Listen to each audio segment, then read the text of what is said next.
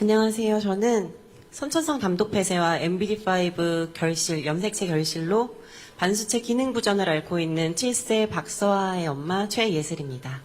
이렇게 뜻깊은 자리에 불러주셔서 이렇게 이야기를 나눌 수 있게 해주시면 정말 감사드립니다. 저희 서아가 앓고 있는 선천성 담도폐쇄는 선천적으로 간 내 담도가 막혀서 간에 손상을 입히는 질병입니다. 생후 한 달 내외로 카사이 수술을 진행을 하지만 70%의 친구들은 결국 간 경화로 인해서 간 이식까지 진행되는 병인데요. 저희 서아 또한 제 간으로 두 돌 때 이식을 진행을 했습니다. 하지만 이식을 진행을 했음에도 합병증과 이식 거부 반응으로 총 8번의 시술과 수술을 또 진행을 하게 되었었고요. 그 과정 가운데 힘들었던 부분들이 있어서 그 이야기를 하고자 합니다. 첫 번째는 의역외품의 비급여 항목의 급여 지원 확대를 요청드립니다. 저희 아이가 8번의 시술과 수술을 진행을 하는 동안 몸에는 정말 작은 몸에 구멍을 너무너무 많이 냈었거든요. 네, 그 치료 과정 중에 드레싱이 꼭 필수적인 부분인데 이 부분이 비급여 항목이다 보니까 아무래도 가정에 좀 경제적으로 부담이 되었던 부분이 사실입니다. 그리고 두 번째는 희귀질환 장애 아동들의 재활치료 지원 확대를 부탁드리는 바입니다.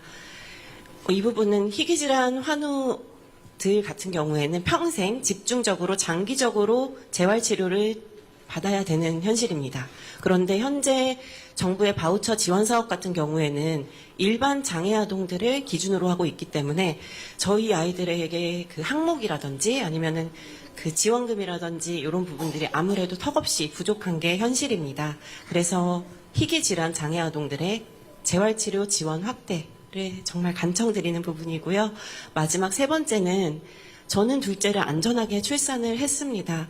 근데 사실 처음에 둘째를 가졌을 때 서아의 희귀질환, 중증 희귀 유전자 질환이 우려되어서 저는 고가의 비급여 유전자 검사를 진행을 하고 아이를 안전하게 낳을 수 있었거든요.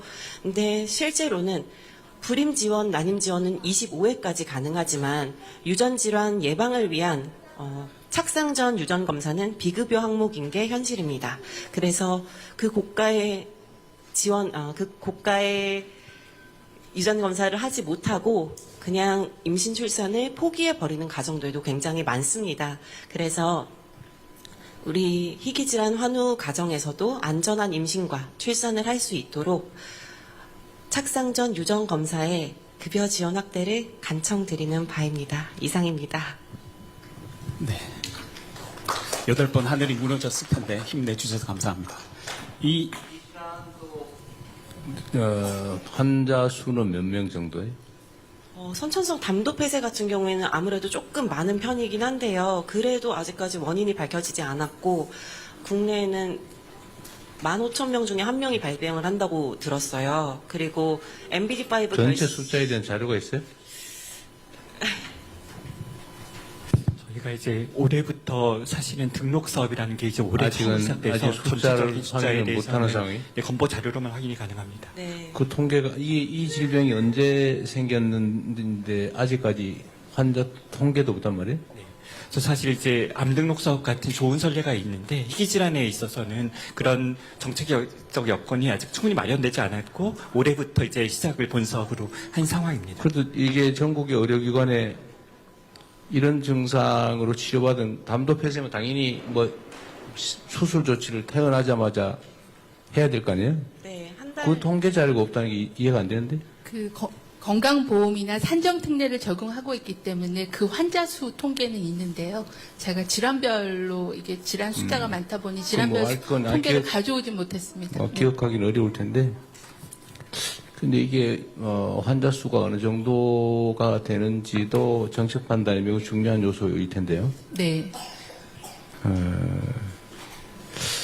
근데 이게 이제 이 말씀하시는 부분들에 대해서 즉흥적인 대답을 다 드리기는 쉽지 않을 텐데 충분히 검토해서 우리 정책 방향에 맞게 준비는 하십시오 하는데 참 어려운 일이네요. 저도 준비된 게 있으면 말씀하십시오.